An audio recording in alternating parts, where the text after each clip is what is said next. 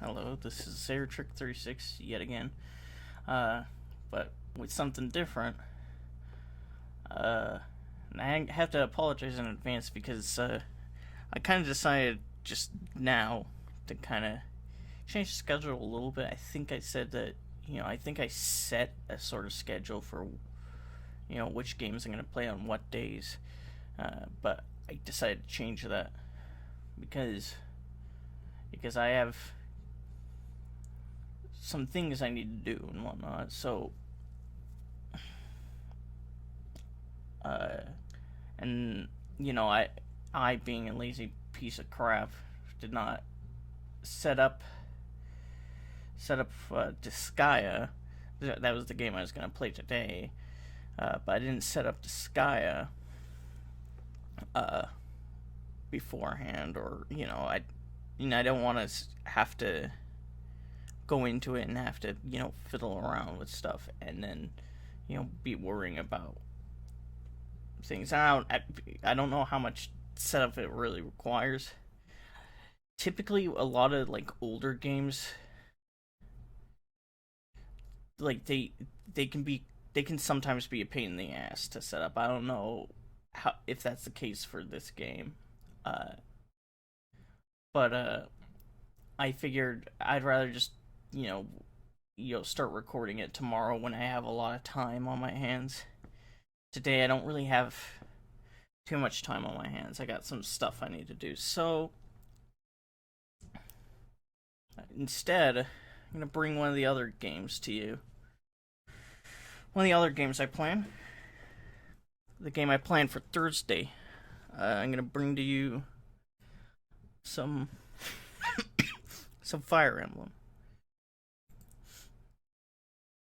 I'm going to do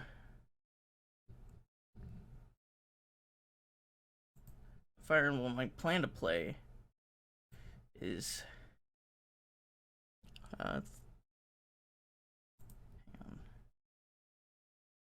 this one.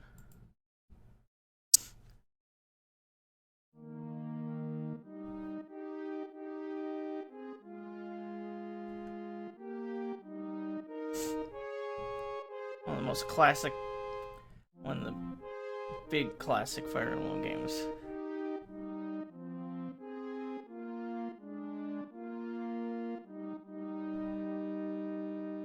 I always loved the music for these.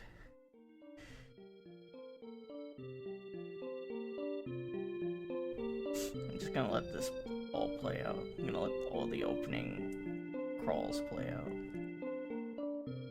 Oh, our great mother of Earth since 7,000 ye. Oh, this translation's a little funky. We pray to the heavens for help for and 7 Yamant. Oh. Oh no. I don't think I got the best translation here.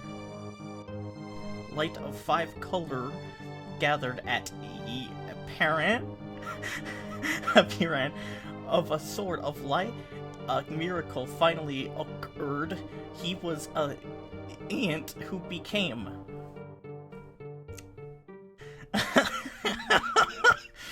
Oh, this is already starting off just excellent. When light from shield radiated, the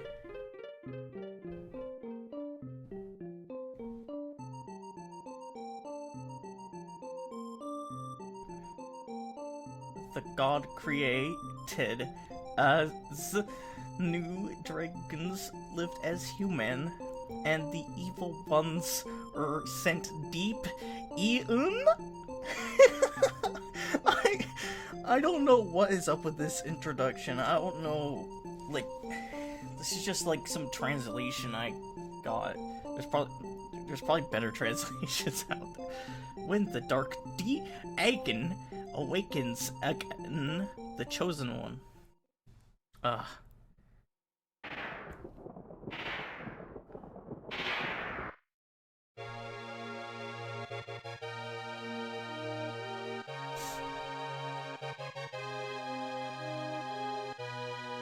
So this is Fire Emblem, Moncho. Is it Moncho? It's Moncho no Nazo. Monchao no Nazo. Nazo? I don't know how to pronounce Japanese words, but it translates to Mystery of the Emblem.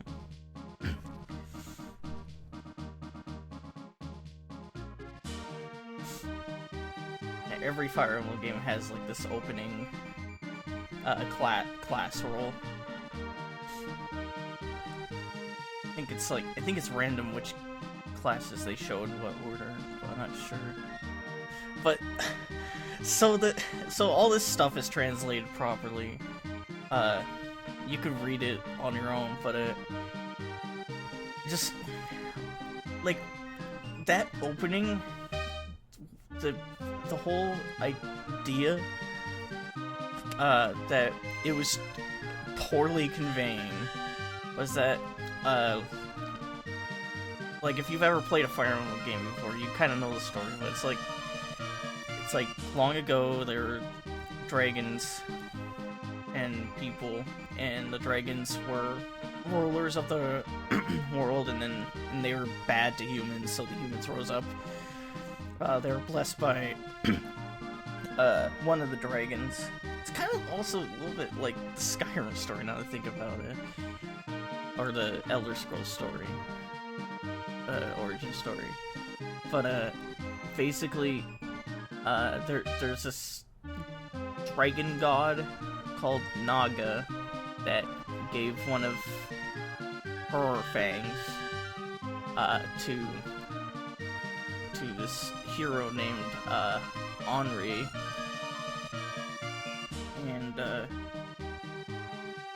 and they rose up. The humans rose up with that fang called the Falchion.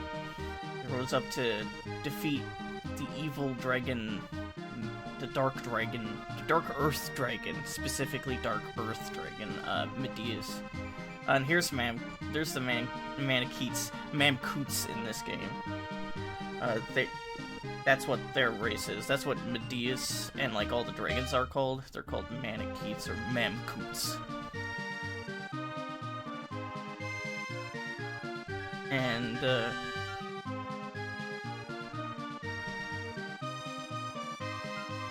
in the commandos, there's like one commando in this game, and there's like and that's another Manicheet. But like they're basically dragons that were forced to, when they were defeated in this ancient war against Henri, like they were forced to surrender their dragonhood and seal their dragon forms in like stones called dragon stones.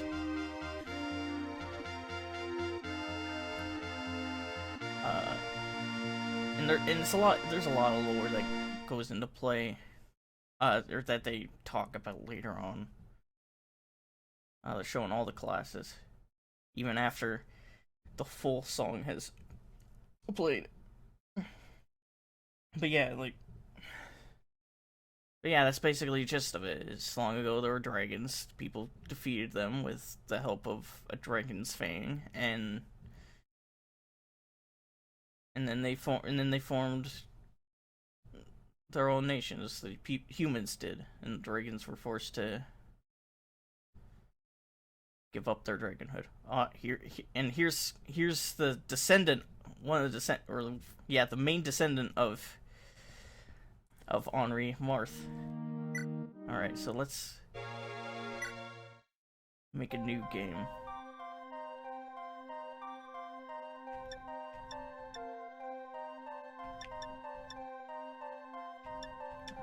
So, oh yeah, that's right.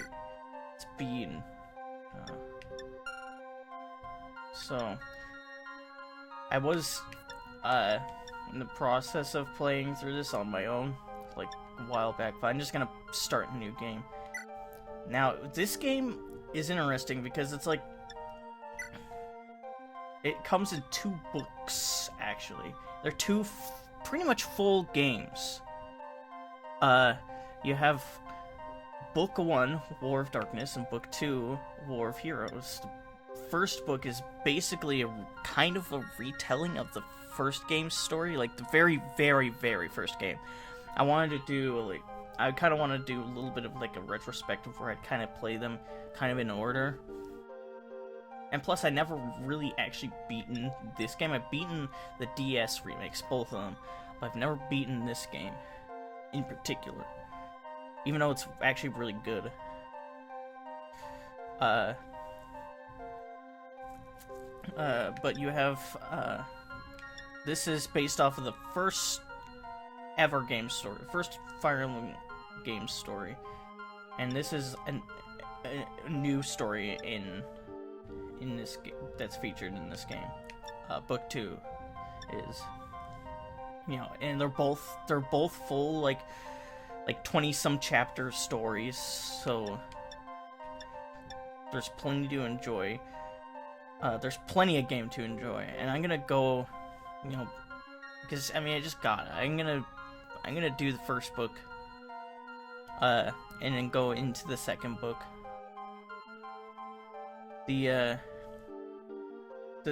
There are some differences between this game and the first game, because the first game was on the NES or Famicom. It would be called Famicom in the Japan. No, it'd be called, and that was Fire Emblem, Shadow Dragon and the Sword of Light. And there's some differences that I'll point out as I go on. One of the main things that I probably won't be able to point out as we go on is that there's some chapters that aren't featured in this game, and certain units don't show up. Like, there's only 2 that don't show up, or no, 3 actually. And I'll be able to point out the first one within, like, the first chapter, actually. But anyway, let's get into it. What? No, let's continue. What is going on?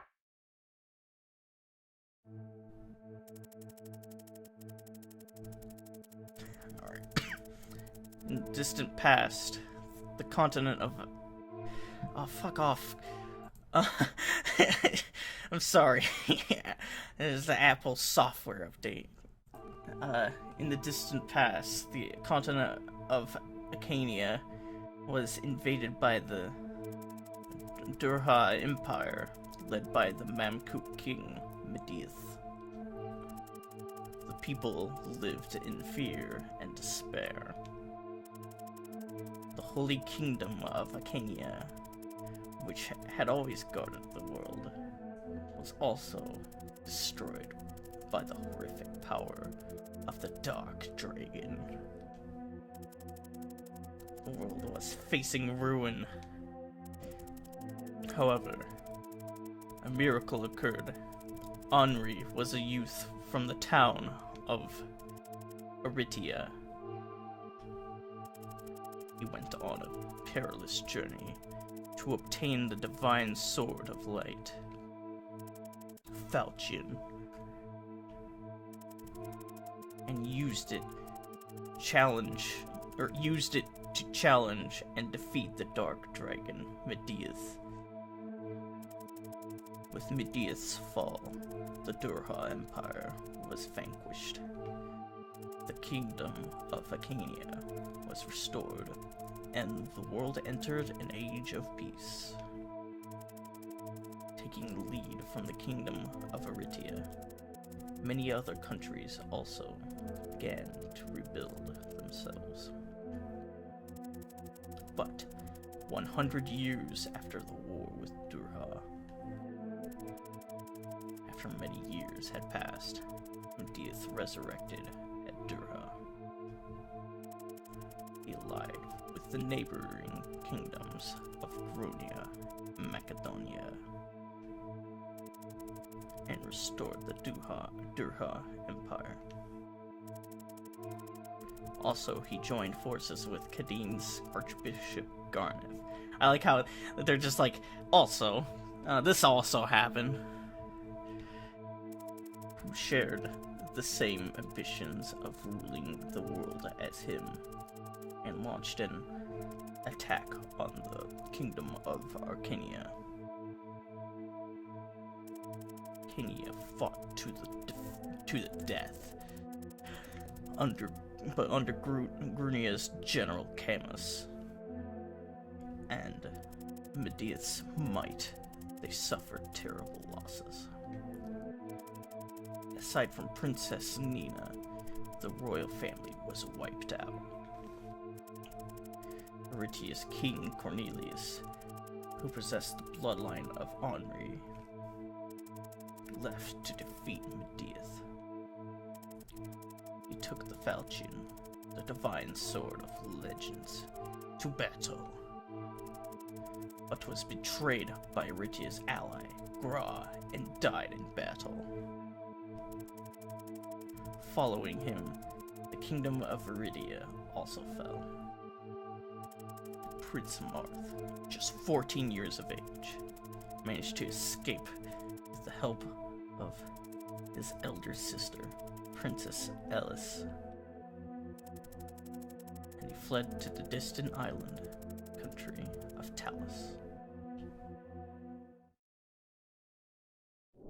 Alright, now for the story to start properly, with another narration, by the way.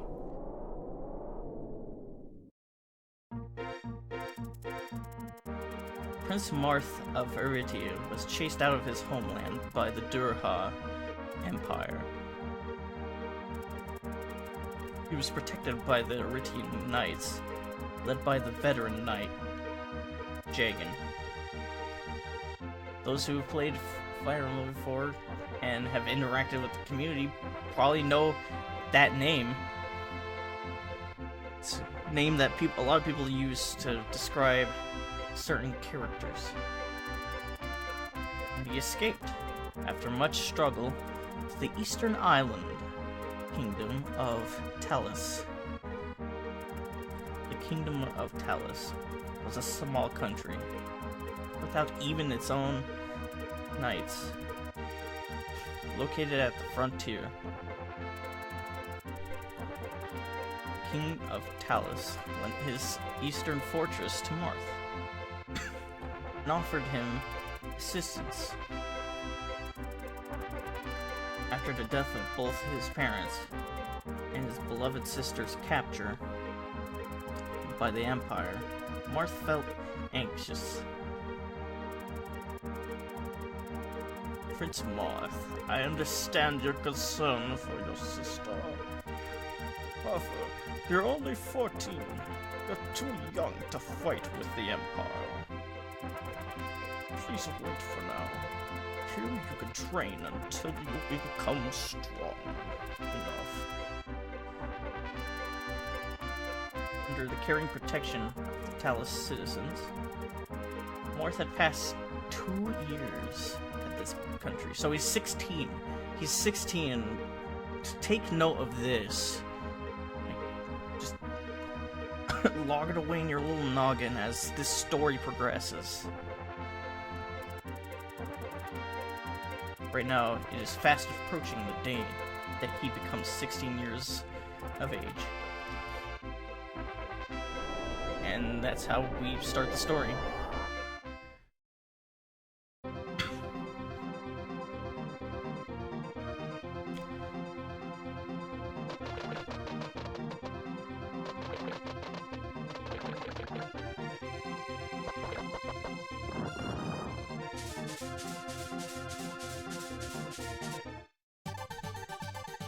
Prince Marth, Sheeta has come from Talus Castle. What? Sheena? What's happened to the castle? Marth! Oh no! I have to do voice acting for girls. Marth, I am not glad to see you. The guard of pirates suddenly attacked us. They took over the castle and killed lots of people.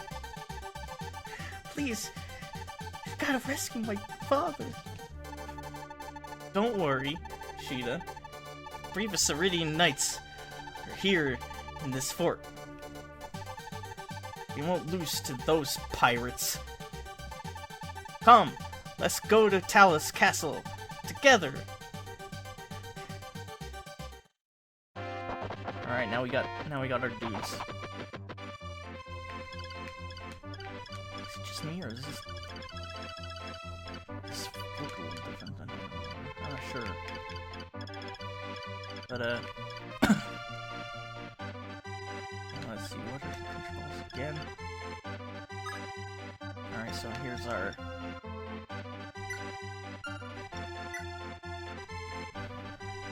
Alright, so there are those. Animation. Let's do real. Message. Always gotta be fast.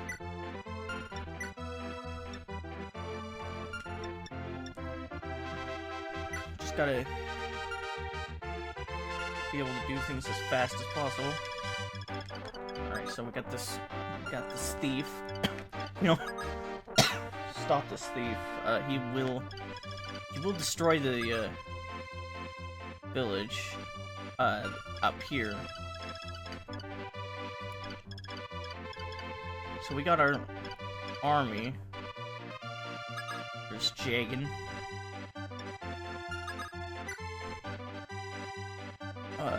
Jagan is like, I think he's like only slightly stronger than most of our normal dudes.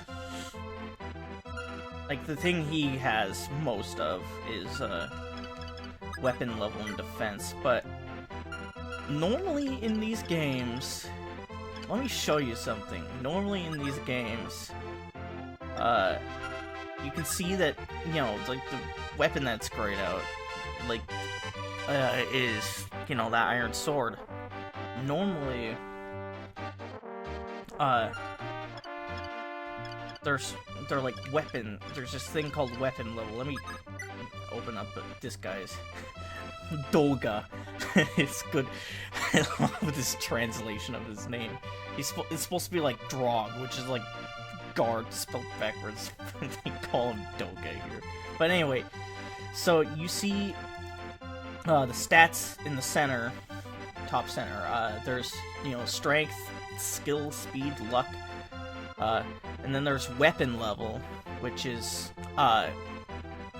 like, in future Fire Emblem games, they've replaced this with weapon rankings, which is a little bit different in that they raise their weapon ranks depending on weapon class. You know, like lances, swords, axes, bows, and tomes. Well, and staves. But in this game, that's all shared with this weapon level ranking. So, you know, most characters don't have the weapon level to be able to use.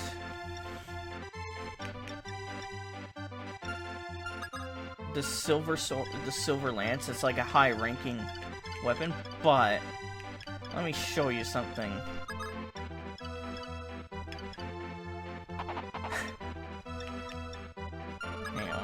So, yeah, and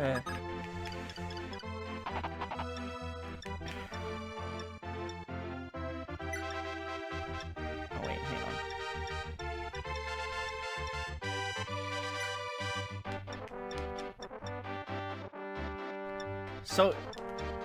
So like I said, you know, weapons that can't be used by the unit or grayed out, and units that can be used by the unit are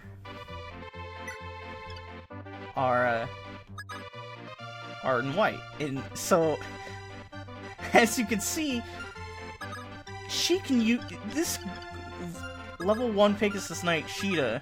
She can use the silver lance right from the get-go. It's something so many people that play this game do. They just love to give her this stupidly powerful sword from like the very beginning. Alright, anyway, so this guy's got attack speed of 5.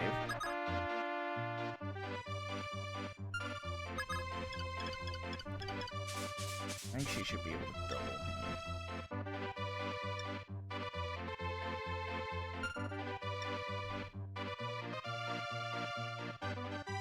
Yeah, she has 5 more.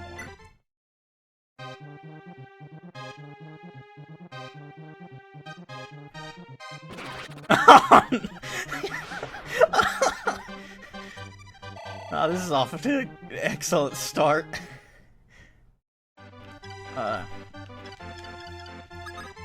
Now let's get our good pal Marthematics. That's what I'm gonna call him now, or Mar. I'll either call him Mar or Marthematics. Let's get Mar over here. Mar.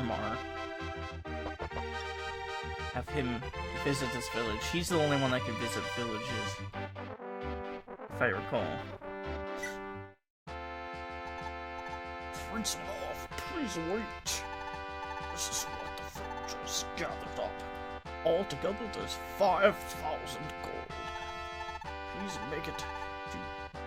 use it to make preparations, and then rescue this country from the god of pirates. Alright. So now we got money. Alright, so let me introduce you to our units. So, like I said, there's Jagan. He's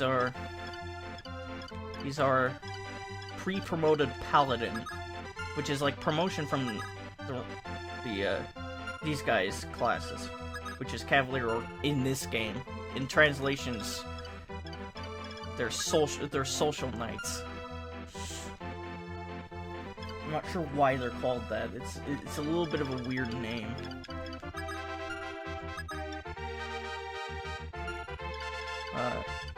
One of the new things that this game does that the first game didn't is that you can see the ranges. You can see their movement range. But anyway, so yeah, we have Jagan. He's promotion of these guys' classes.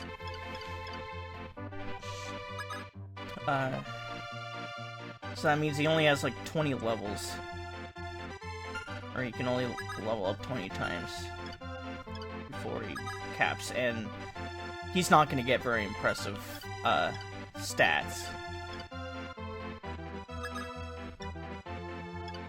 I'll talk about that a little bit later, but he's basically a crutch unit. If you've played like other Fire Emblem games in the future, think of him kind of like, he's sort of like Frederick, except only his stats are just generally not that good. He's like Frederick or Gunter. You know, that he's an early game crutch, but if you keep using him too much, then he won't be that good. Here we have what are called, what people often say are like the Christmas duo, the Christmas Cavaliers, Cain and Abel. These two handsy boys have very similar stats, but have certain focuses. They're generally pretty good units. So we might want to use them for a bit. Here we have Dolga, who is an armor knight, which in Modern Fire Emblem is just called knight, but I like to call them armor knights anyway because it makes more sense to me. His deal is that he's got a lot of defense, although in actuality he has... the weird thing about Dolga is that he has, like, normally Armor Knight's supposed to be really slow, but Dolga has almost always had, like, ridiculous speed growth. It's kind of weird. He's kind of an enigma.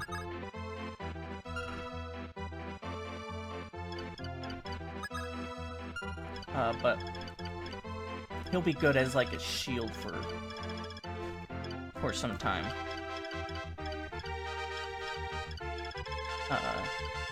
Until we get more defensive units. Nice. And we have Gordon. Good old Gordon Ramsay. He's the archer. Archers are not all that impressive in this game. They kind of always had trouble being, you know, standing out.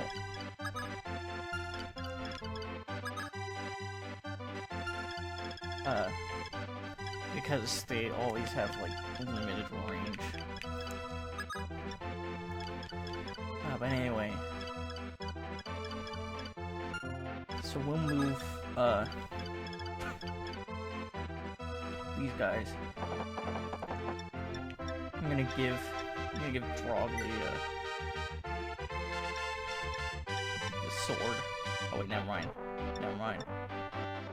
He can't use that sword. In the first game, I was thinking of the first game where they're able to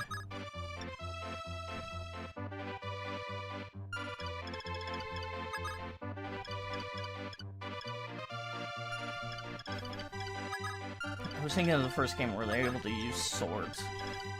Armor Knights in the original in the first Fire Emblem game were able to use swords. Not in this game.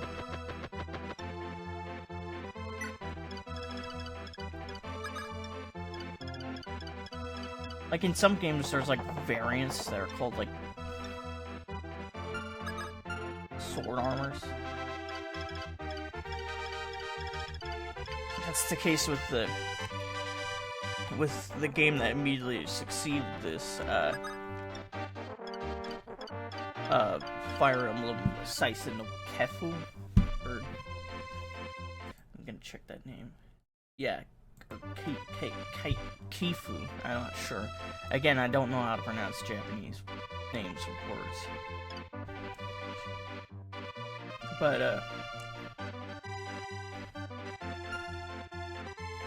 hang on, I'll be right back. Got some issues with my nose.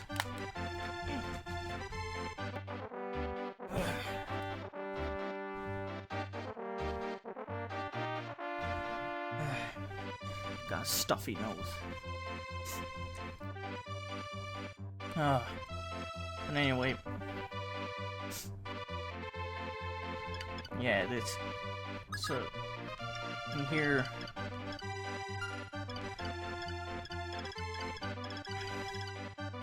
I don't know what I was talking about. So let's just go on. There's this feature in this game in particular. in particular, where you can dismount units now, or dismount mounted units, you know, so basically these guys and her, any units like them, any Cavaliers, Paladins, Pegasus Knights, or Wyvern Riders. But let me show you what that looks like. So these are his stats. Alright, you know, so he's got like a lot of 6s and 7s. Except for his luck is 2. Now watch what happens when I dismount him.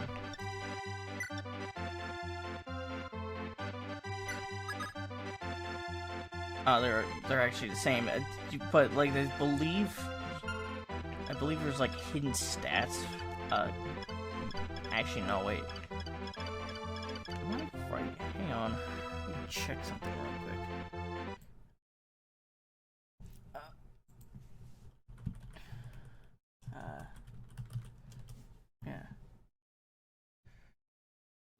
me check something real quick. Can't be giving out false.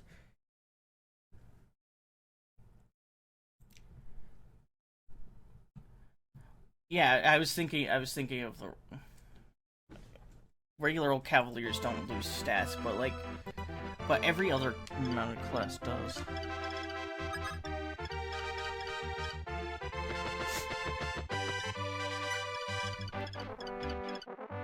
And you have to manually, which is kind of a pain in the ass. But at least, I mean, the good thing is that this game actually is faster, like runs faster than the first game. The first game was like really slow and clunky with the UI. Like if you go to unit, like here it takes like it's just like literally just a snap of the fingers and it's, you know, you're there. Whereas in the NES game, like it would take like a second or two to transfer. It would take forever to go through the unit list. Anyway, let's end the turn.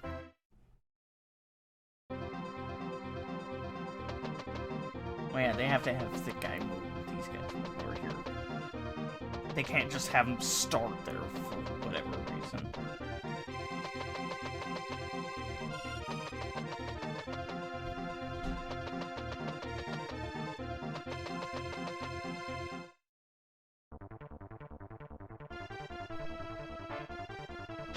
Oh, jeez.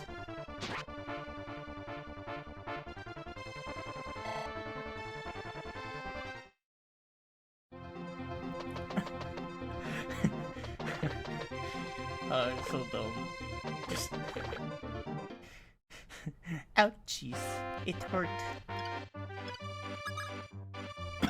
So we kind of want to be focusing on blowing Martha.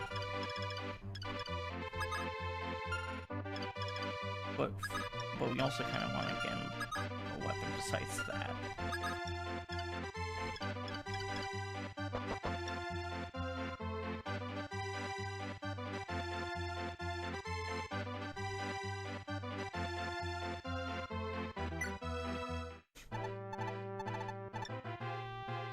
Stay hungry. What do you want to do? What do you want to buy for? What do you like?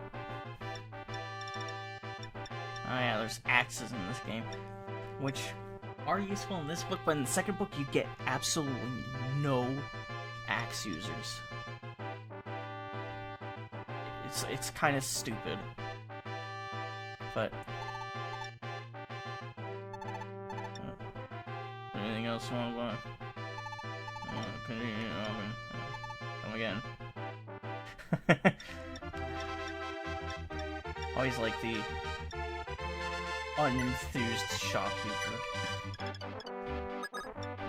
So whenever there's a shopkeeper in the game, it's like they pick them as such. Alright, visit the village. Tutorials. When Solskjaer Knights or Pegasus Knights dismount, they become knights. When horsemen dismount, they can fight as hunters.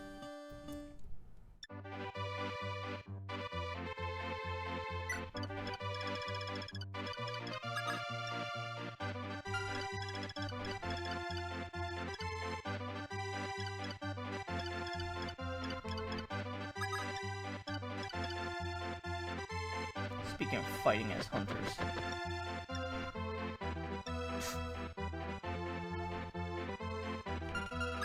What is this? So, what matters in these combat bits is there are there's only really one that you actually need to read. One stat, if you want to figure out what will happen, and that's defense. You don't really get good, you know, you don't have like a good like comprehensive predictor in like in the future games that tell you exactly what happens. So you have to kind of do some math, some mathematics, Marthematics to figure it out.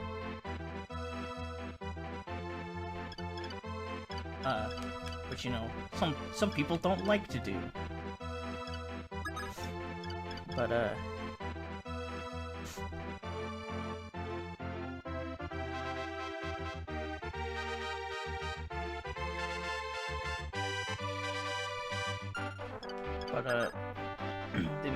the main stat you want to focus on for, like, just as far as like the regular, like, middle stats is defense, which is below weapon level, and then the rest of the stats you want to look at the left side. I mean, of course, you know, all the other stats matter as well, but they kind of a little bit more passive in how you want to focus on them. But what I'm looking at is, or what I'm wanting to look at is, you know, we have the attack, accuracy, void, critical, and attack speed, and effectiveness stats. Now you notice that the bottom one for Gordon doesn't say effectiveness. Or, well, it does, but it's like, it says 23 fly right there at the bottom. And that means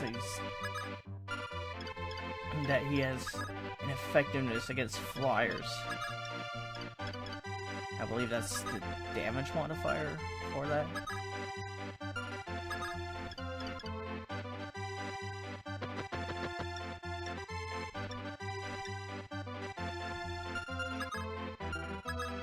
Yeah, speed generally sucks. Really, Cheetah's like the only unit that actually has proper speed. Alright, so let's attack him with this. So he should only hit once.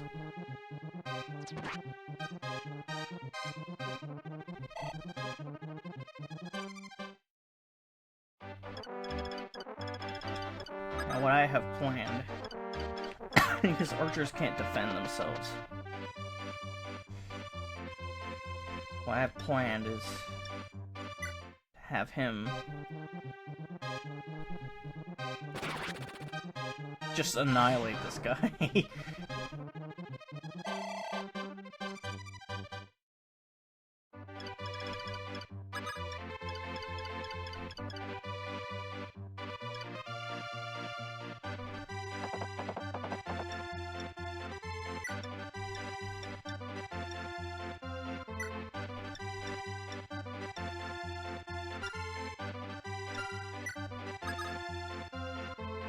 Yeah, okay, so he does have that equipped.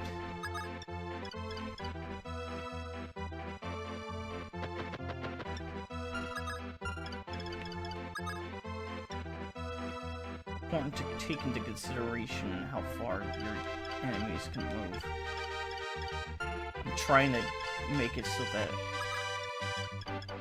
Gordon doesn't get attacked because he can't defend himself. That's why archers kind of suck.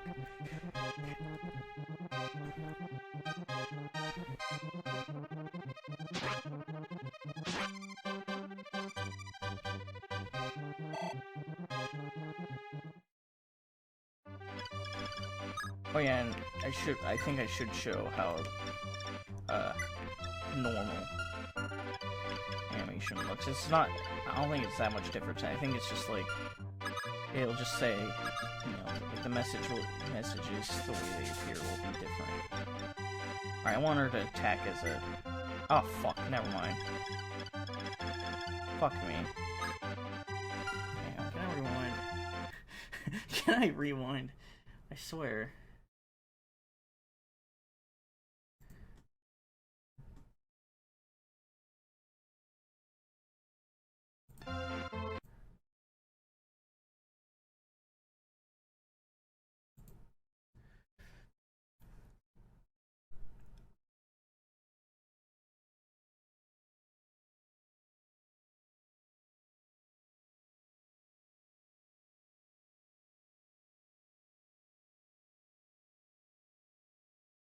Nope. Can't rewind. So I'm gonna have to deal with her getting attacked like this. Oh yeah, and there's these guys that I have to contend with to the north. Oh, but that dumbass is going for him instead. Because that's such a good idea. Oh my god. What is with my units critting everything?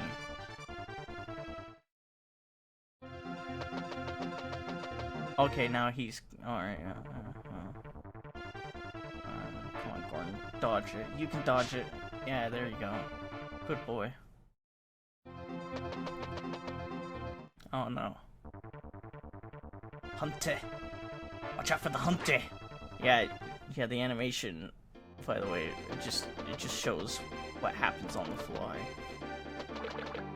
Instead of being like, doing like an after battle report type of thing.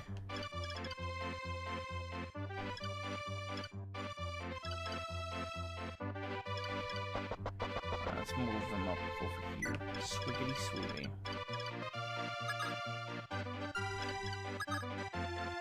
So this guy on the verge of death.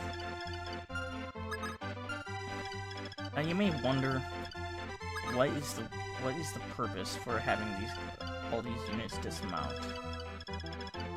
Well, for one thing, they use different weapons. They use swords instead of lances. And for another thing, I believe, actually, like her stats should normally be. Let me look at the mounting gains. Like, her stats should normally be, like...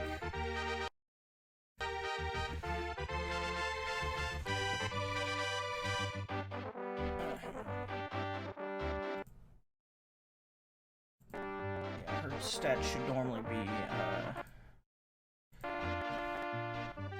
her skill should be higher, her speed should be higher, and that's because mounted units gain, or at least Pegasus Knights, like all the other classes gain. Every mounted class except, like, Social Knights, Cavaliers, they gain stats upon, like all other classes gain stats upon promotion, or mounting their mounts. And they lose those stats when they, but they're, kind of saved. And the unmounted stats are saved as well. So when you start capping stats, is when, that's the time when you wanna, use unmounted units, is so that they can level up more. And there's also the caveat that they, that there's certain places where they have to dismount. And I'll talk about that, at some point. I want to use Sheeta a lot, because she's actually going to be a pretty important unit for this story. In book 2, she's kind of not.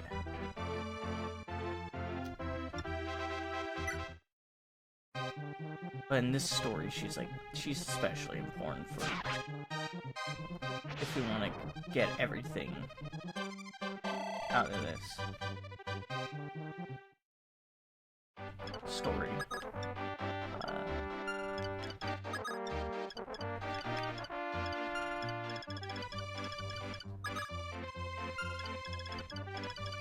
Oh man, so poor Doga. I'm gonna move him over here. The poor guy. Just get pummeled by these assholes.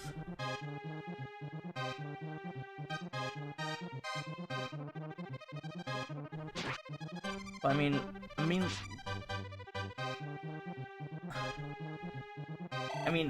it's just amazing. It just goes to show how shitty these enemies are, that they can't even hit Doga. Alright, so let's get this boy. I'm gonna kind of fable Abel.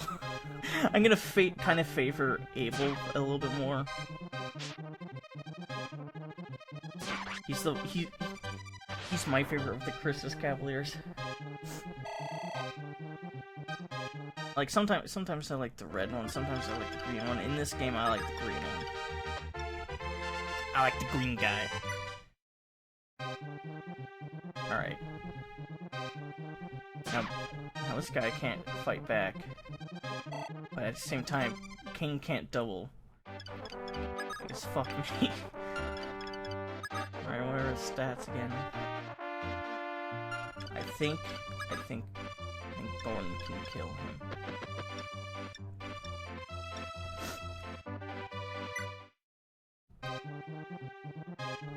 I think he's gonna be able to do it. Yep.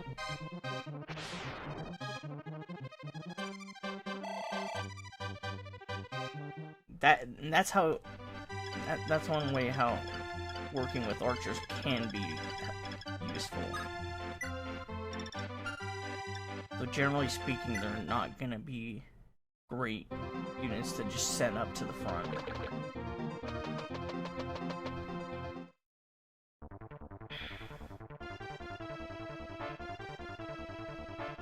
Ouchies. That was the first time he got hit.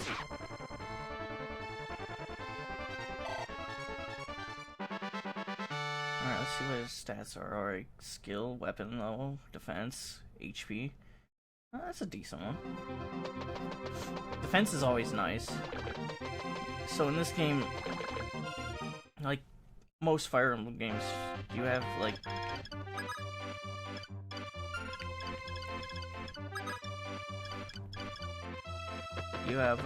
you know, stats and growths, just like any good old RPG. And some have better growth rates than others. That's what they're called. And these are fixed percentages that you can see, that you can actually find out what they are. They're specific to every character. So, like, for example, ah, shit, I don't want to go back to that fucking page. So, for example, Sheeta has a speed growth of 90%. So she's gonna almost always, like 90% of the time, she's gonna gain a boost to her, like 1 point in speed. And if it's actually over 100%, if any growth is over 100%, then they have a chance of gaining 2 in that stat. So let's have Marth. Anyway, let's have Marth go over here. So that he can beat this guy. So you know, some units are gonna be better with their growth rates than others. You know, generally, the general rule of thumb is that the earlier you get them, the better their growth rates are gonna be. Strong weapons require a high weapon level to use. Flying units should always be wary of bows.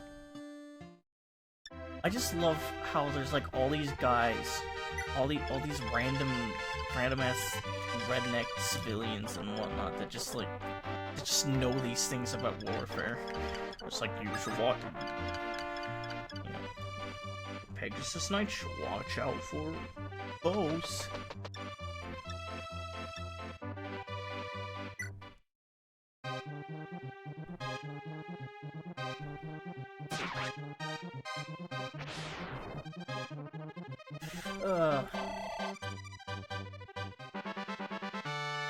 Yep, speed. Yep, weapon level. As if she needs more. She can already use the goddamn Silver Lance. What more does she need? Alright, now you'll notice that there's these forest tiles. There's certain tiles that give stat boosts.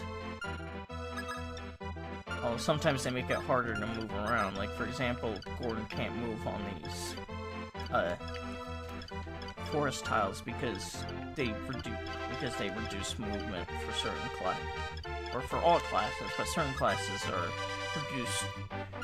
have more reduced movement than others on these tiles. But I'm gonna have Abel go on one of these. I'm gonna have him go on this one.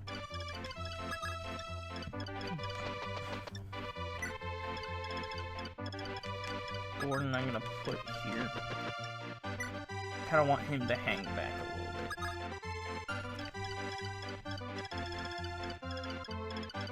Don't forget there's all these guys here. One of whom is Gazak the pirate, the boss of them all. He has slightly better stats than the rest of the guys. Like, oh, better watch out for that 5 defense and 6 strength ratings. Oh, it's gonna get you. Better watch out.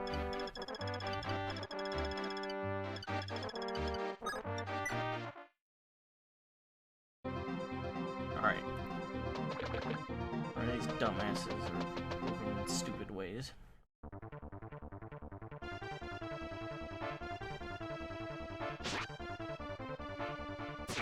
I just love how these guys, like, they all have, like, these, like, striped clothes.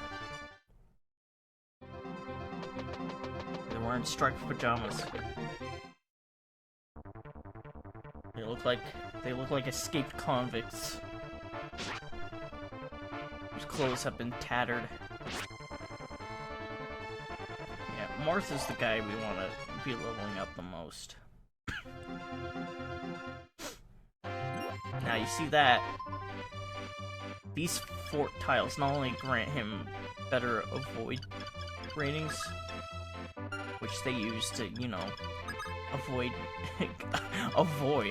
getting hit, obviously, but also it heals him.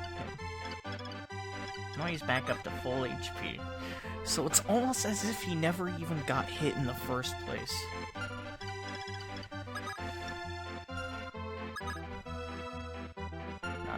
Him.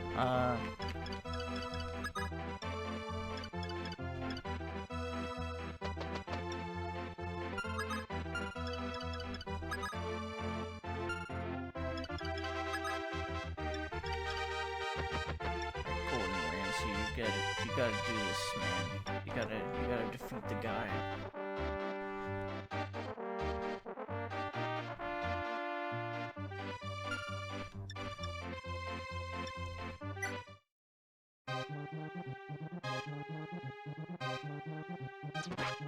No, not quite. You know what? That's fine because I kind of want able to finish him off anyway.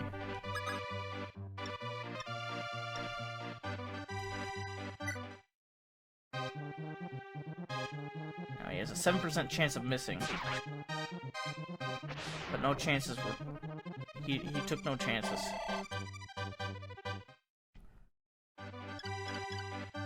Now, let's move our good friend Abel up here. Let's move Cheetah, who has such a ridiculous avoidance rating that it's like there's like practically no risk of her actually getting hit. Alright. So I'm moving her on that forest tile. Unit placement is important. You know, like, because sometimes you might be able to place them in a way where, like, for example, let's say this guy was able to move onto this tile, but he's also able to move over here. You might think it'd be ideal to move him, or to move Sheeta over here so that she could take advantage of this, but then he also takes advantage of it. So that should only be, like, you should only move her there if it's, like, for defensive purposes. Like, if you want her to be able to actually hit and maybe even kill him, and you don't want her to be sitting where he would be able to benefit from increased avoid stats. Alright, so let's have Marth kill this guy. Damn! Marth does that a lot. He gets a lot of crits. He's basically the crit king. I can move him, but I don't want to because I want him to be guarding that guy.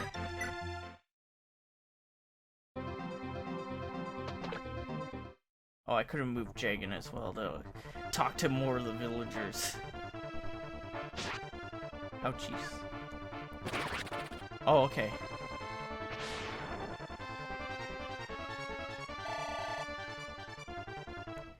Gosh, all my guys are just critting these assholes.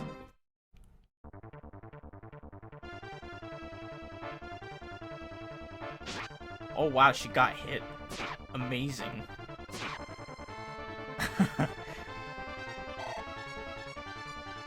It's such a rare occurrence. Here's the cheerful, almost everyone's dead music. Alright. Your Highness, the village has opened its gates for you. Please hurry inside. For one thing, it's not Your Highness because it's just a paladin. I mean, knights are like a form of like low nobility. They're a low form of nobility. I mean, like, context would indicate he's supposed to be talking to Marth. But we've already visited the village that he was talking about, so, yeah. The only other village we have for consideration is this one.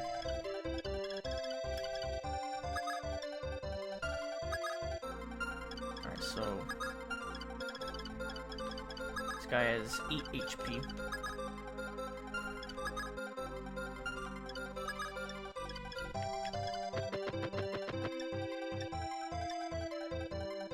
Let's kill this guy real quick.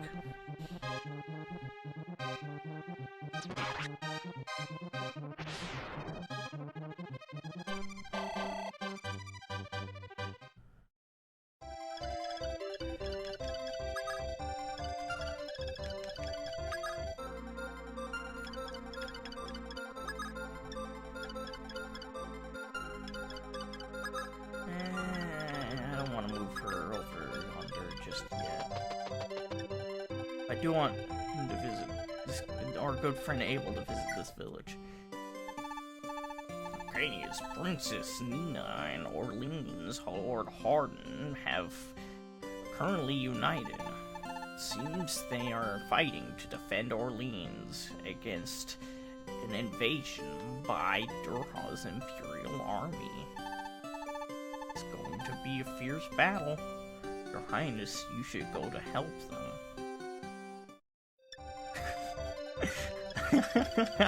That's my favorite voice so far I've done.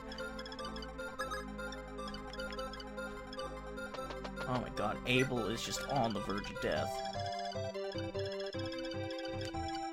And I'm gonna do that little nerdy voice every fucking time that guy shows up.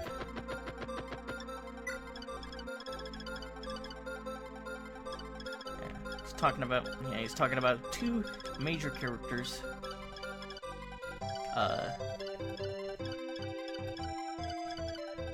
One of whom I always pictured having like kind of like a Russian accent or something. Like,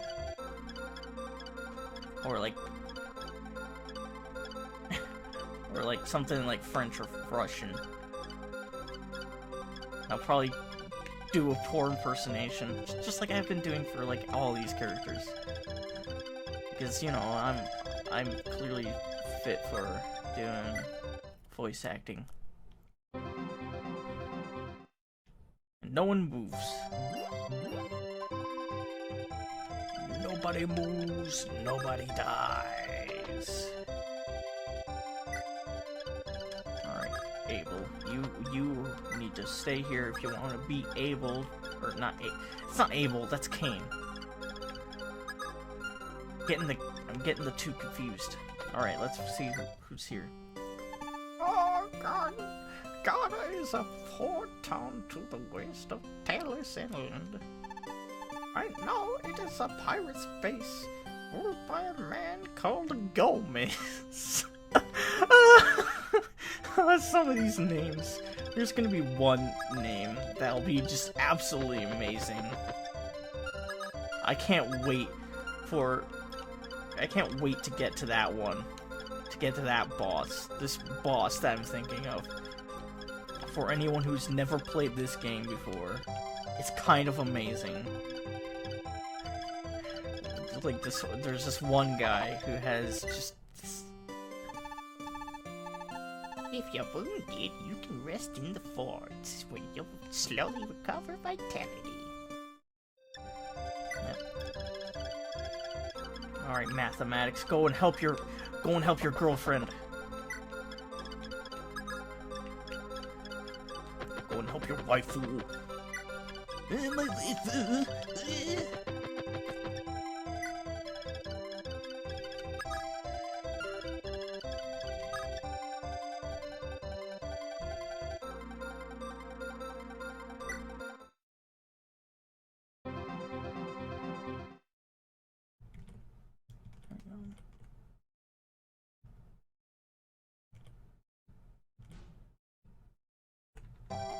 For fuck's sake.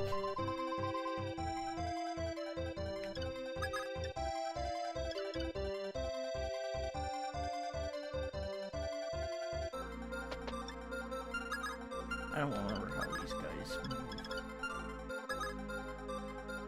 I just know that this guy will never move from this place. Which actually makes him pretty easy to kill.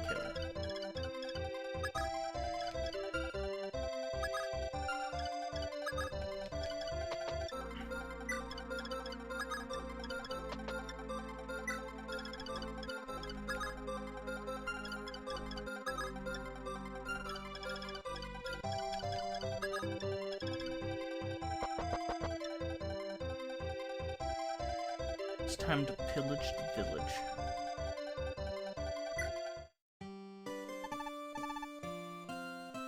Oh, you're the Prince of Iridia. It's a treat to be able to see you. This vulnerable is a small gift from me. Please accept it.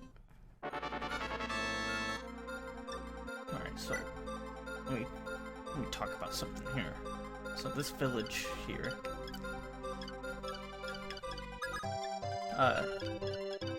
In the first game, and in the DS remix, originally you wouldn't just get a vulnerary from here. Originally, you would actually get a unit. His name was Riss. He's this old feller. In fact, let me pull a picture from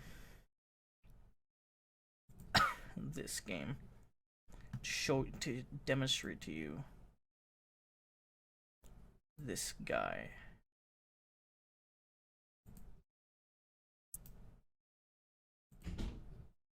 God damn.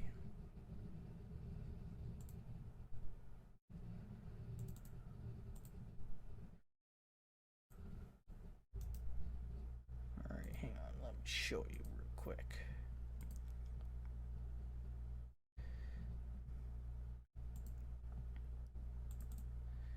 Is this guy? These old men.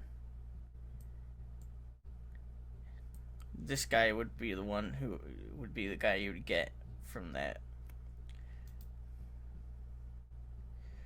But he has an even more amazing face in the DS remakes.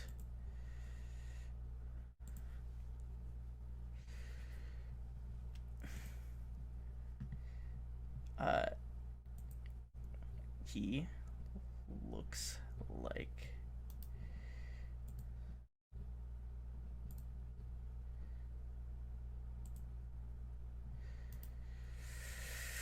he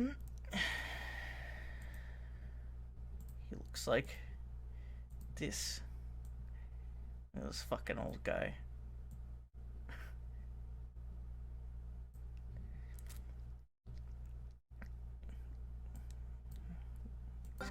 He's gonna be judging me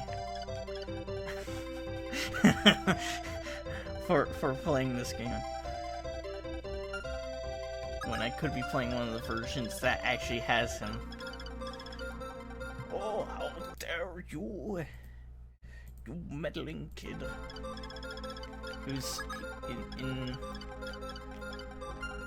but this guy Rice or whatever the however the fuck his name is pronounced. He is a cleric, you know, which is the healer class. He's the only male cleric in this game.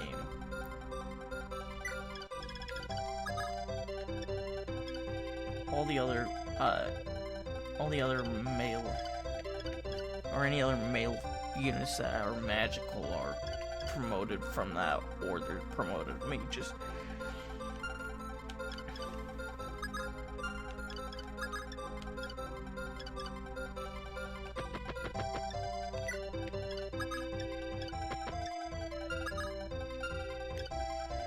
Alright, let's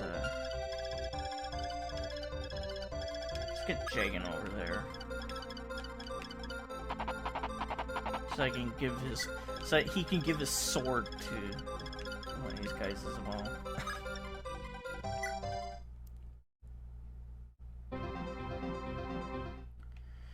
Okay, so they don't move at all. Alright, that's good to know.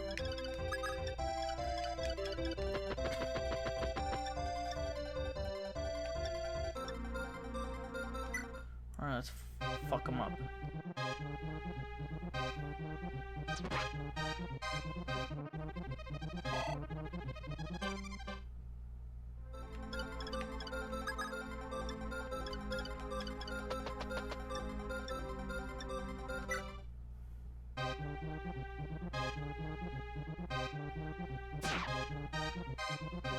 Ouchies.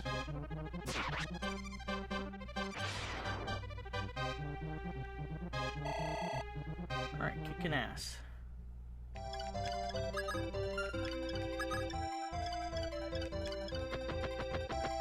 Now, normally bosses have, like, weapons that they could counter with, but not this guy. This guy's the only boss that doesn't have a weapon that can fight from both melee and distant range. Let's have Kane take care of this guy first.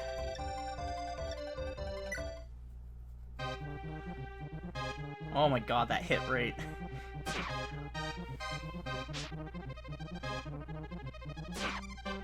It's impossible for him to miss.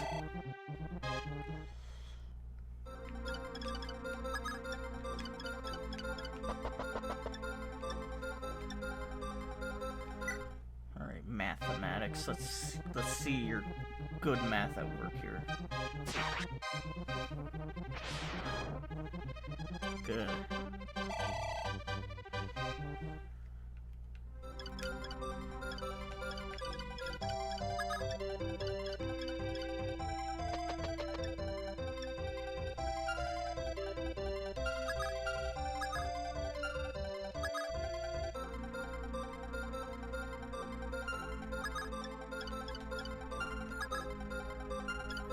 Like, she isn't even that feeble either, that's the thing.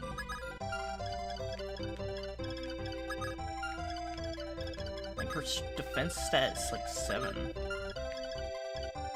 Which is like pretty much the average.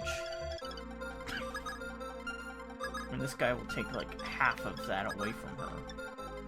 Or, well, yeah, we'll deal half of that.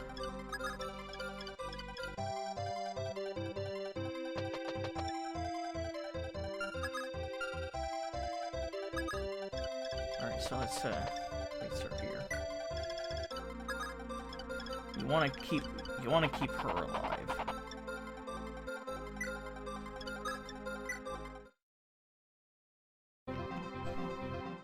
But you also want to use her.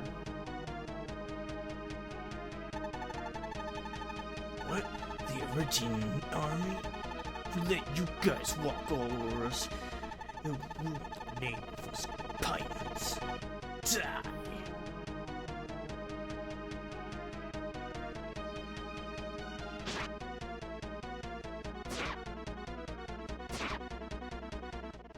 Yeah.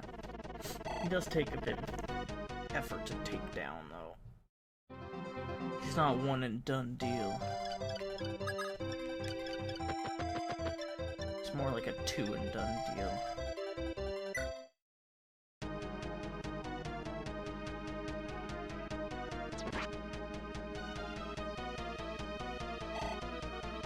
Oh, for fuck's sake. What is his experience like? Oh my god, he's 2 points away. Oh my god, fuck you, Gordon. Mathman will probably have to finish this.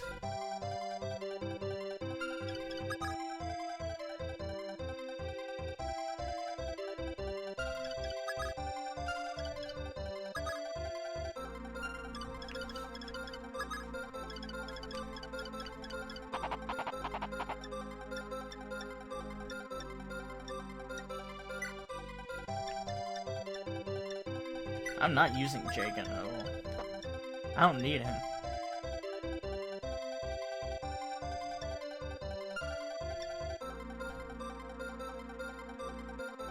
So it's like, as long as your attack speed is 5 higher than the enemy's attack speed. Like, Marth's is 5, this guy's is 0, so he's gonna double.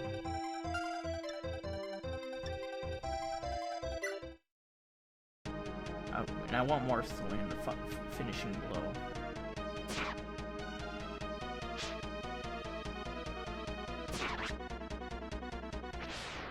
Zack fell. So you can get all that experience. Strength, weapon level, max HP.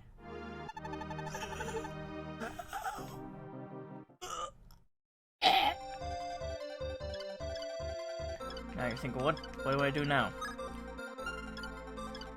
Killed the guy, what do we do? Well, nothing this turn. Next turn.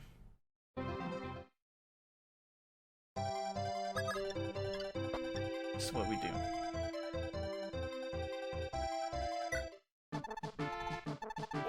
Prince of Mars, I am glad to see you're safe.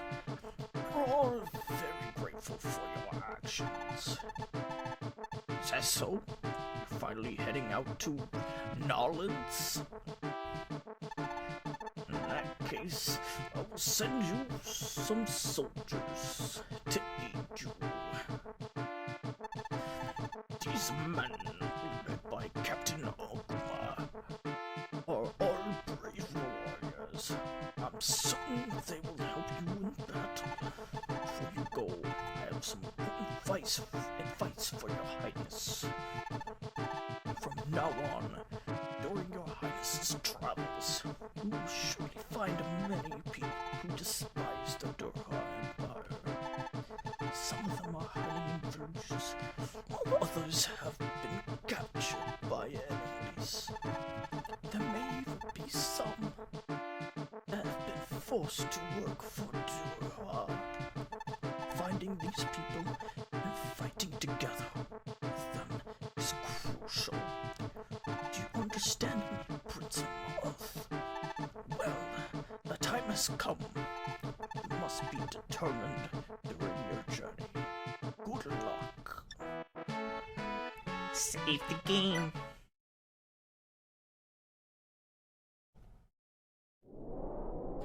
Alright.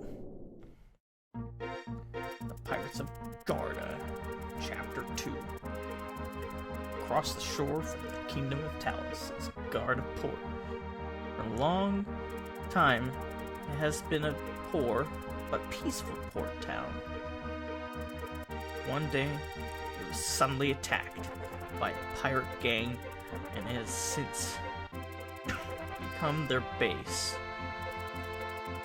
From guard of port, Marth begins the first steps to liberating his homeland.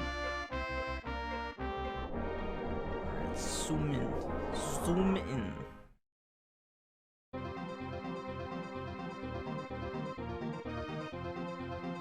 Alright. And this is the first map we get to actually pick who we use. Hey look! Oh hey! It's Gazak's twin brother, Gomez.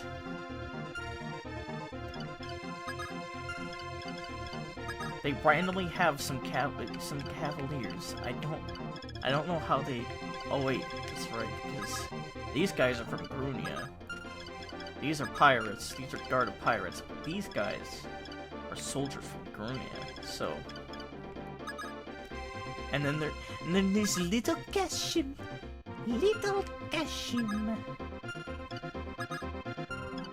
Kashim now, honey. Kashim now, baby. Alright, so now we have to select our dudes, which will obviously be everyone but Jagan. Oh wait, no. Everyone including Jagan.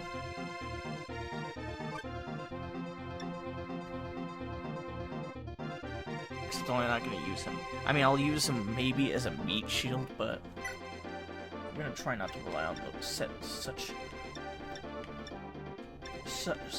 tactics. Such tactless tactics. Oh, there she is. There's Anna. Main girl Anna. And now, alright.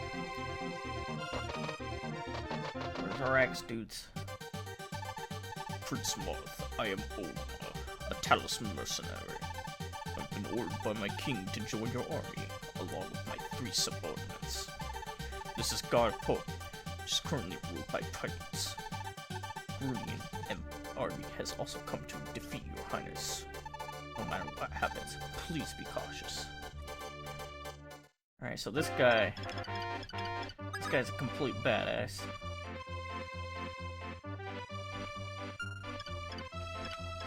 He will pretty much destroy everything that attacks him. These guys good boys Saji, Magi, and Bartz. So we're not gonna use all these guys. That'd just be silly.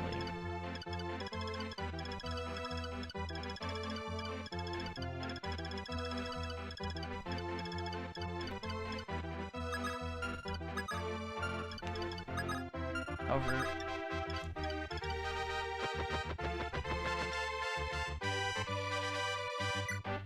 we should be using strategy.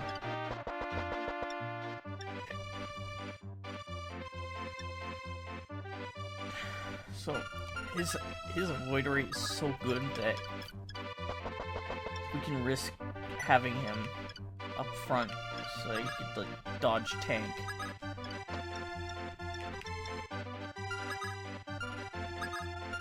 Bart's, I'm not sure what to do with him. But Jagan is gonna go here to speak to people. Archers and hunters can only attack indirectly. Don't let them get attacked up front too much. Alright, cool, thanks. Oh, that's what that noise was. Scratching the dog bed I gave her. Alright, so mathematics needs to go. Lead the charge.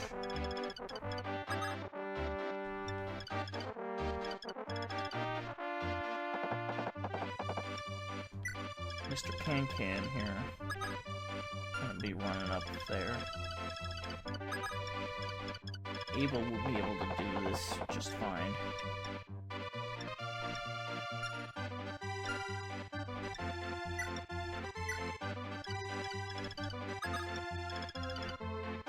I'm gonna have Sheeta hang back a little bit.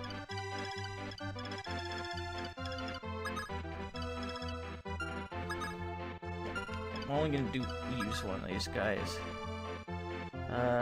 Honestly,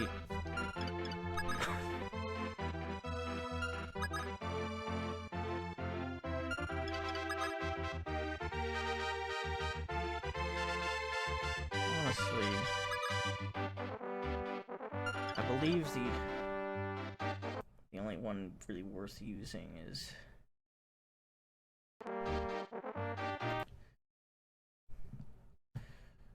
I don't know. I think it's Bart's you want to use, but it's like honestly, axe users generally get shafted.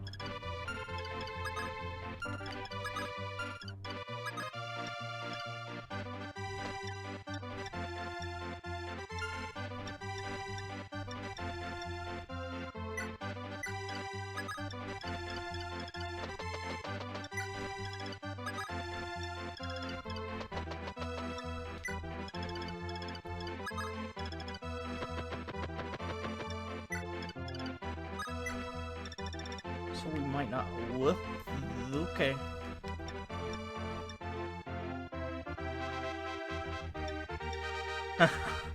Okay, letters are getting glitchy now. Alright, let's see how this goes. Let's see if I'm actually as good of a strategist as I think I am. I always have to do this every start of the chapter. It's kind of weird. Alright, these are going to be the main assault units of our enemy. And Mr. Kashim now, honey. Ah, shit. Didn't count on that guy attacking. Oh yeah, that's right, there's a fucking... Okuma, it'd be really awesome if you crit this guy. Oh. Oh, look at that damage. Give him some pretty fucking spicy damage.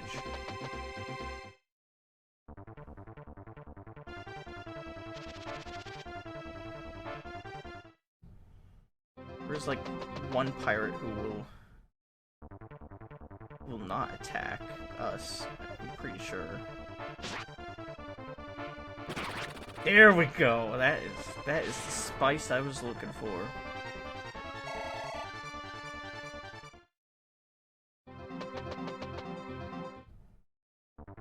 Oh my god. Alright, so if he gets hit if he gets hit one more time, he's done for.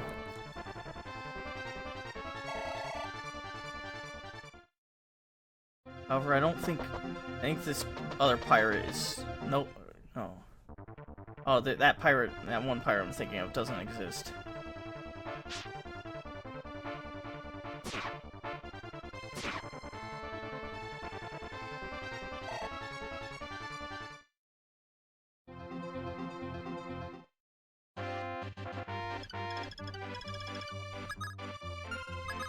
He does not have any items that can help him.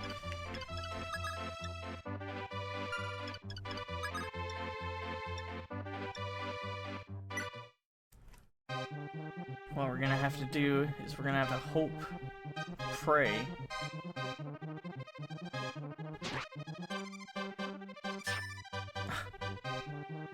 This motherfucker.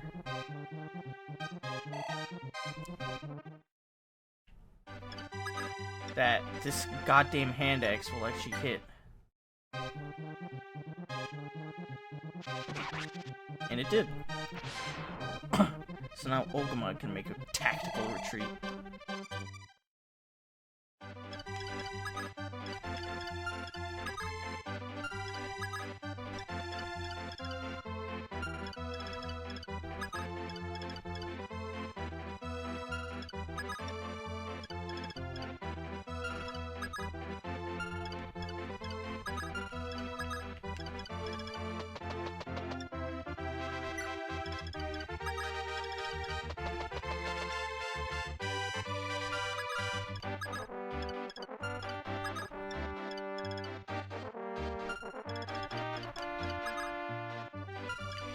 Yep.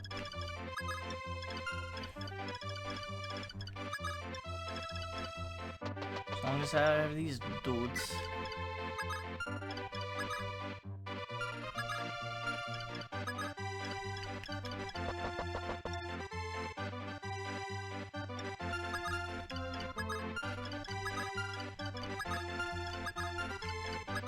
God damn, is Marth the only one with healing items?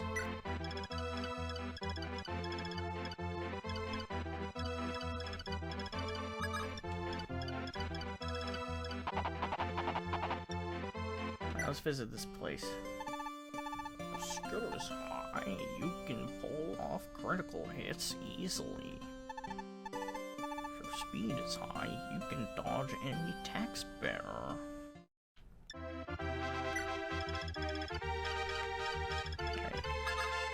Alright, this is cash him now, honey.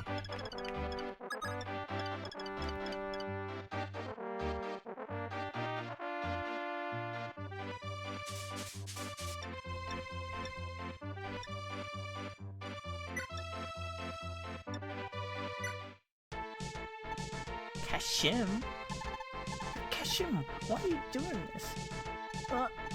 Cheetah, I'm sorry, my mother fell ill. I must find gold to buy medicine for her. So you joined pirates. Well, I have some gold here. Take it to buy medicine for your mother. You would help a traitor like me. Cheetah, please forgive me. Cheetah, I will let you buy my life. Alright. So this guy's a hunter. He's a decent unit, but I don't think his stats are quite as good as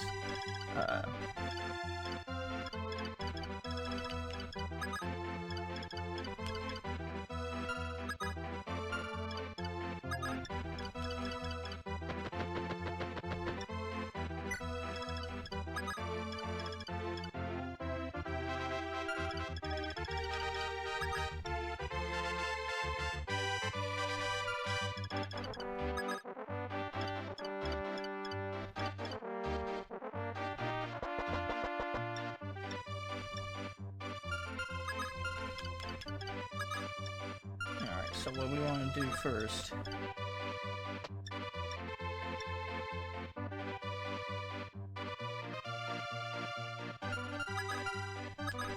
actually, it might be better to go over here. So that hunter can.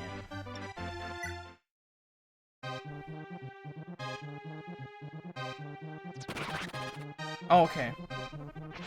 Okay, I guess that's what will happen.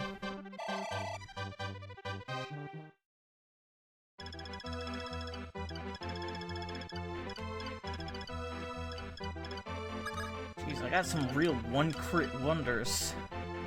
I'm gonna have Marthematics go over here. King will go over here. He'll be using his lance this time around. Able will go here. Alright, so that's everyone. Alright, let's see how poorly this will all turn out. Oh, dude, Lord, I had this. That was not smart of me. Ah, shit. Oh, but he's dodgy. Okay. Kinda didn't want this to happen, but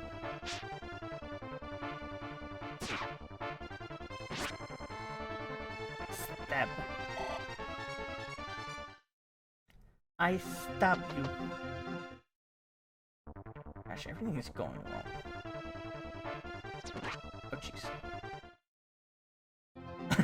And by everything is going wrong, I mean everything is only kind of slightly sucking.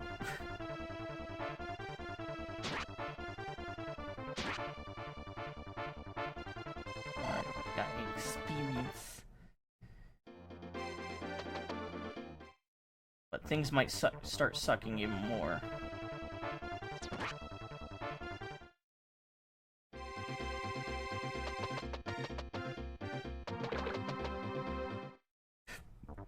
Yeah, so there's actually 4 units in this. Oh, fucking hell.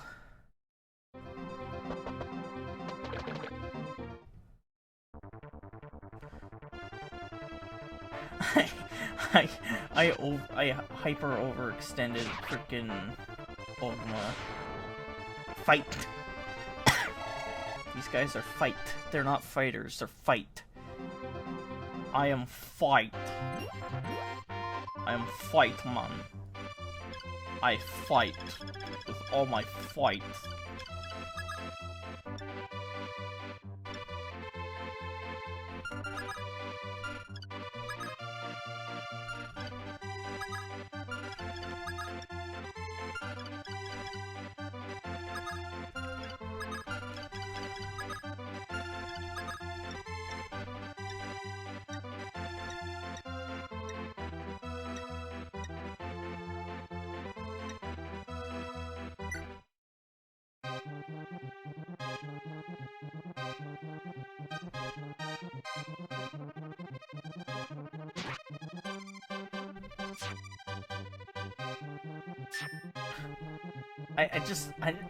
I just love the fact that he's able to dodge the goddamn thief.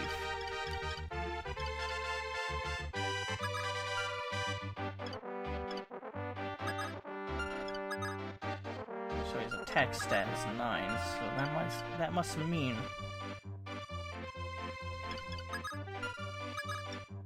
mean that he should be able to.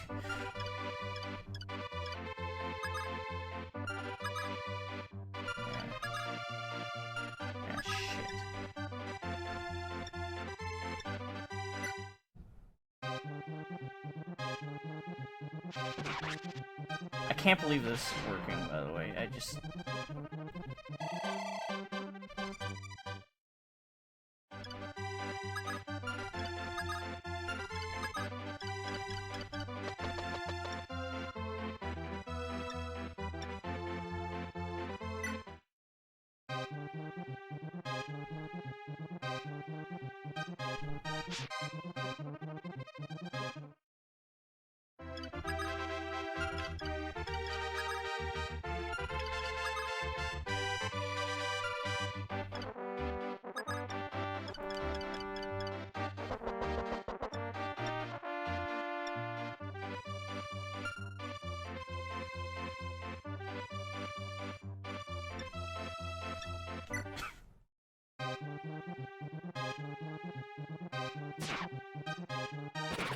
There we go, that is what I was looking for.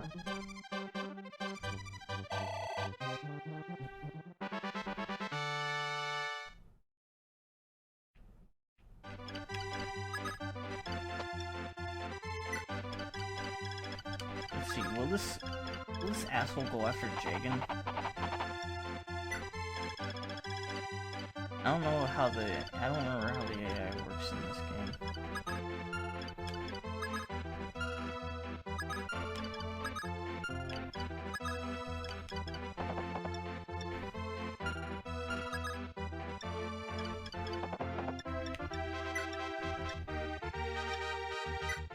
Alright, let's do this. Nay. It's nigh impossible for him to defeat that guy. Alright, math.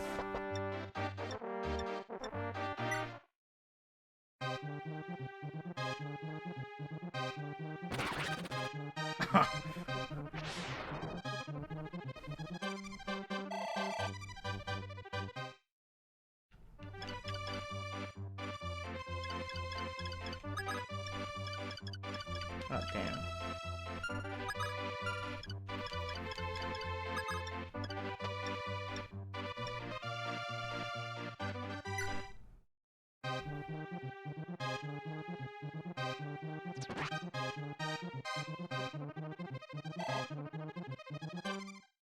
Keshim, why you suck at killing things?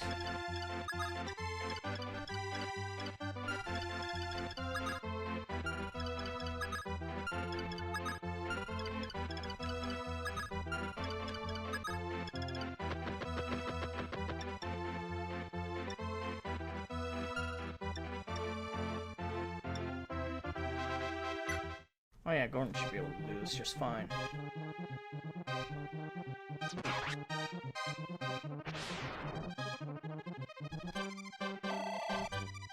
There we go.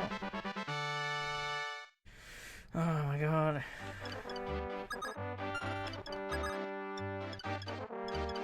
And you're probably thinking to yourself that I've been doing absolutely shit. You're probably right.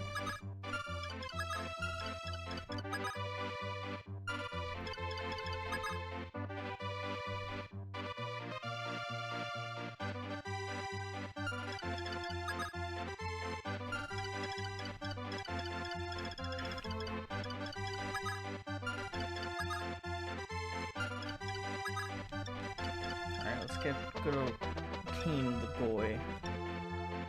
Keen Goy.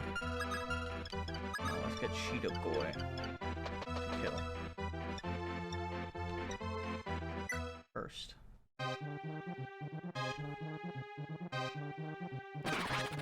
Yeah, yep.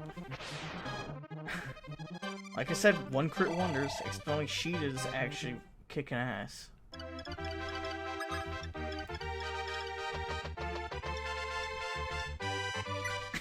The only reason why Ogma is doing bad right now is just because I put him out to dry.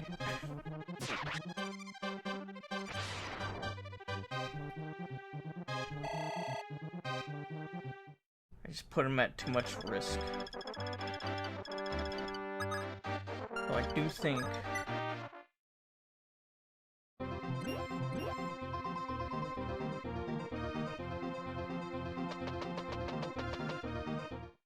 they always go for the flank every time.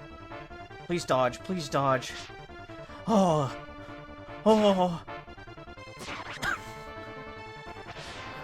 Ogma the Incredible. Oh my god, that is just amazing. Oh. This is not amazing.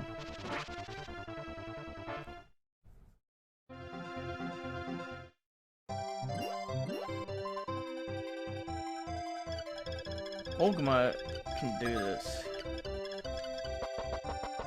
Yeah, go fuck yourself, man.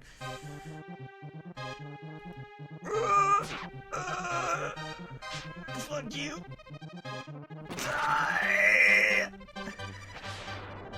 Hell yeah.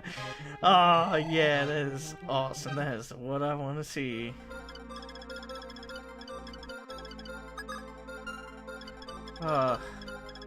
Holy fuck.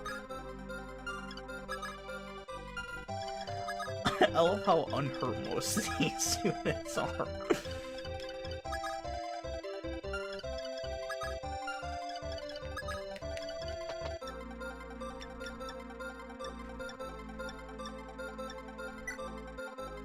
Give me, please.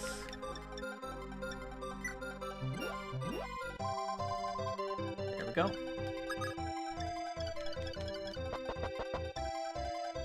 Holy fuck. Citizens of Meridia, please rescue Sister Arena. Miss Rena helped cure the poor and sick. However, she didn't heal all the money. Went to the dreaded Devil Mountain. We haven't seen her since. The way Miss Rena treated us was like that of an angel. Please, you must rescue her. For this, I've gathered 3,000 gold. I'll leave Miss Rena to you.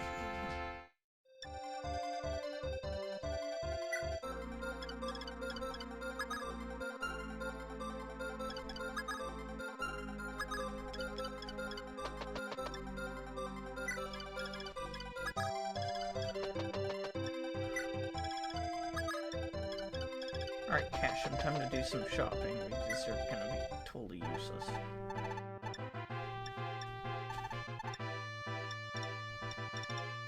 Alright, so we got them steel axes, iron axes, hand axes. Generally speaking, you don't really need to buy much. And the stuff you do need to buy, or any stuff that you would want to buy, usually comes from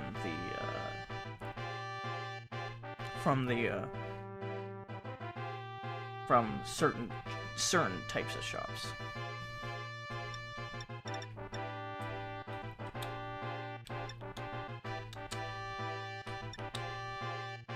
I'm just gonna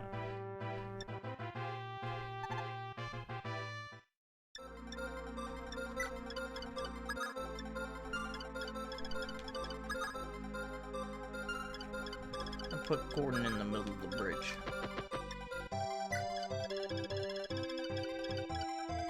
Holy fuck.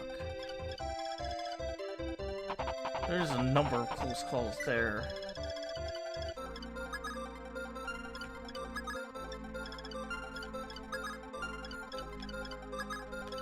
Let's plop him down here. I don't think enemy reinforcements show up.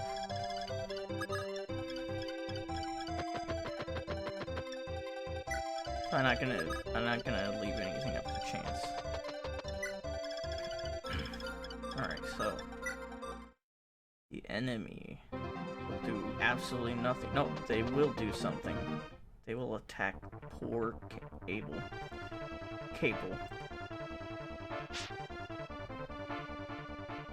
Oh no, he can't defend himself. Oh no.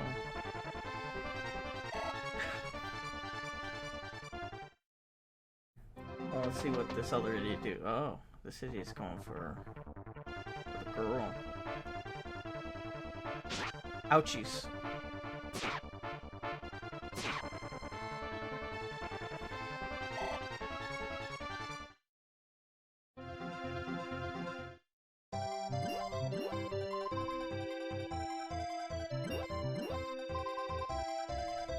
Look at them beautiful healing forts.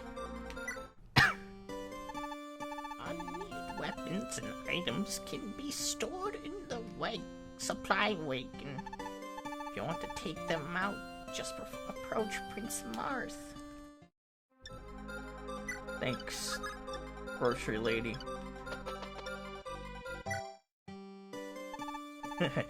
Weapons might increases going from iron to steel to silver. However, to use weapons of greater might, you must have a necessary weapon level. Again, it's just like these guys, they just know so much about warfare and weapons and stuff. It's just like, it's like, why? Why do you know so much? Poor Doga hasn't even leveled up once. Here is Kane, actually. Let's fix that.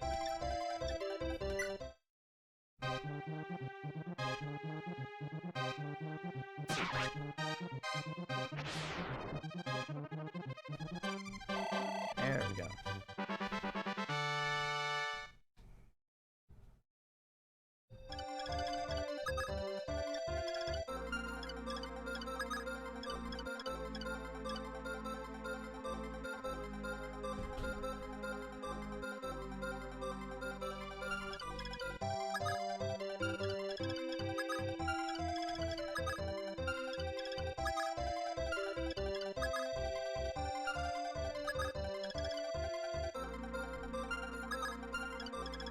This guy, yeah, he has a weapon that does 1-2 range. Hand axes do 1-2 range.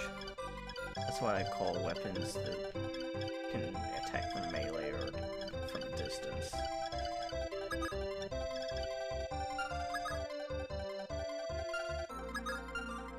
Like, for example, alright, so what I mean by that is like swords, like all these units can only attack from 1 range. Gordon can attack from 2 range only. Can't attack from 1 range. And this guy can attack from 1 range and 2 range. You get the picture?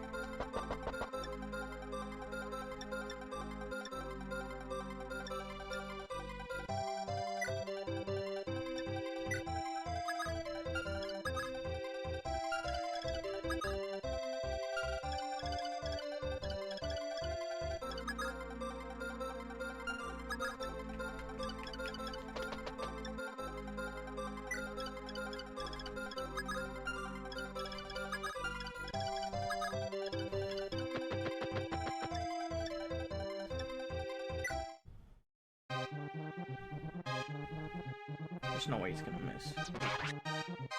Fucker's dead. By the way, I love the little crab walk the dudes do. Gomez. Alright, Gomez, you're right fucked. Get sandwiched. You're getting sandwiched. Don't underestimate the god of pirates. Taste my hand eggs.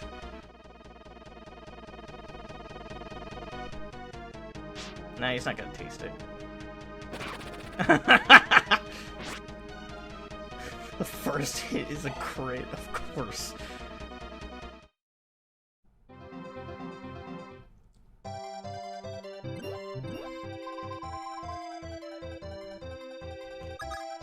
Martha's a one crit wonder.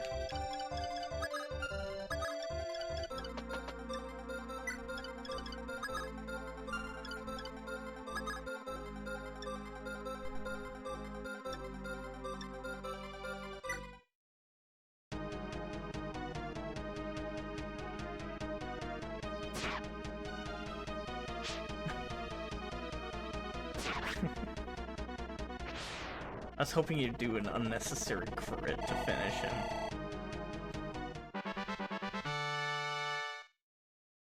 Yeah, look at that! He got a resistance! That's like, they never get that stat.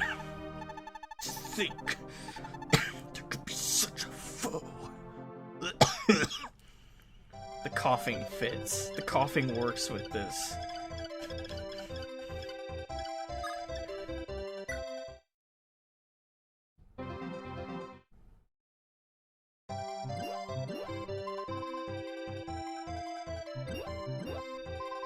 I heal too.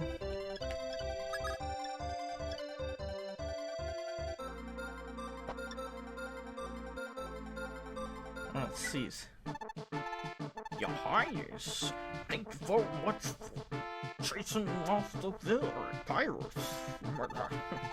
Now we can feast finally once again. To reach Orleans, from here you must cross Devil Mountain. Please be careful. Devil Mountain is ruled by the Samsian gang of pirate bandits. They've raided Pillages. They've raided villages and ambushed travelers. They're a fearful bunch. Especially that bodyguard, Navarre, with a frightening sword arm. Since I really hope that your journey is safe. Well, we're saving here, but I think that's all I really have time for. This game. You know, went on for, about 2 hours.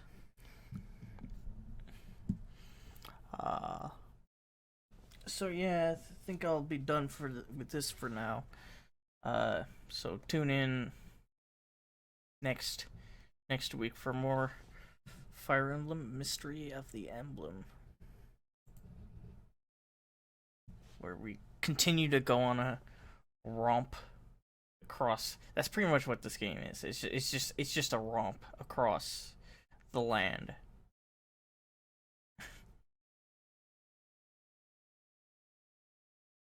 But anyway, until then, or until Thursday when I actually stream Disgaea, or Let's Play Disgaea. Either way, see you then.